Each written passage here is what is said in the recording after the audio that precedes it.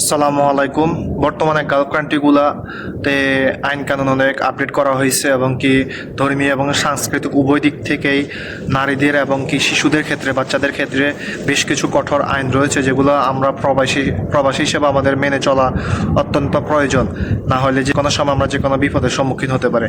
তো এই বিষয় নিয়ে আজকে আপনাদের সাথে আমি অল্প কিছু কথা শেয়ার করবো, হয়তোবা আপনাদের কথাগুলো কাজে আসতে পারে, বিপদ আপদ থেকে হয়তো এই কথাগুলোর জন্য হয়তো রক্ষা পেতে পারেন।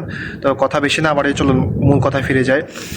বর্তমানে অনেকেই কি করে যে কোনো সুন্দর নারী দেখলে বা মহিলা দেখলে, মেয়ে দেখলে তাদের দিকে তাকানোর চেষ্টা করে। সবাই একরকম আমি সেটা বলতেছি না, কিন্তু অনেকের হয়তো অভ্যাস আছে বা না চাইতে চোখ পড়ে যায়। সো এটা কখনোই করা যাবে না প্রবাসে। কারণ হচ্ছে যে প্রবাসে সবচেয়ে বেশি কঠোর আইন হয় নারী এবং শিশুদের জন্য, এবং কি যারা বয়স্ক তাদের জন্য, এই তিনটা ক্ষেত্রে। তো এক দৃষ্টিতে কোনো নারীর দিকে, অপরিচিত হোক পরিচিত হোক, কোনো নারীর দিকে তাকিয়ে থাকা যাবে না বা অহেতুক কথা বলার চেষ্টা করা যাবে না। এটাকে ইপটিজিংয়ের আওতায় ধরা হয় এবং কি দণ্ডনীয় একটা অপরাধ। আর গালফ কান্ট্রির অনেক রেস্টুরেন্টে আছে পুরুষদের জন্য আলাদা সেকশন থাকে, মহিলা এবং কি পরিবারের জন্য আলাদা সেকশন থাকে। তো আপনি ভুল করেও মহিলাদের সেকশনে বা ফ্যামিলিদের সেকশনে বসবেন না, এটাও কিন্তু একটা অপরাধের হিসেবে ধরা হয় আমি যতটুকু জানি। আর বাচ্চাদের ক্ষেত্রে যেটা বলবো, আমাদের অনেকের অভ্যাস আছে হয়তো বা বাচ্চাদের আদর করা, কিন্তু তারা এটাকে অনেক ক্ষেত্রে ভালোভাবে দেখে না বা আপত্তিকর হিসেবে দেখে।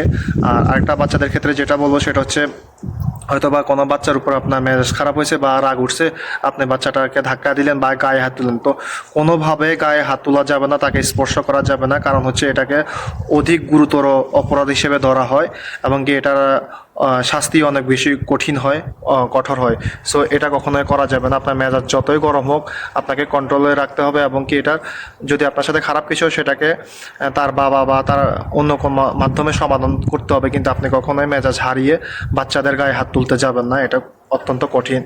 তো এই দুইটা বিষয় আপনাদের অবশ্যই মাথায় রাখতে হবে, বাচ্চা এবং কি মহিলাদের যে বিষয়টা।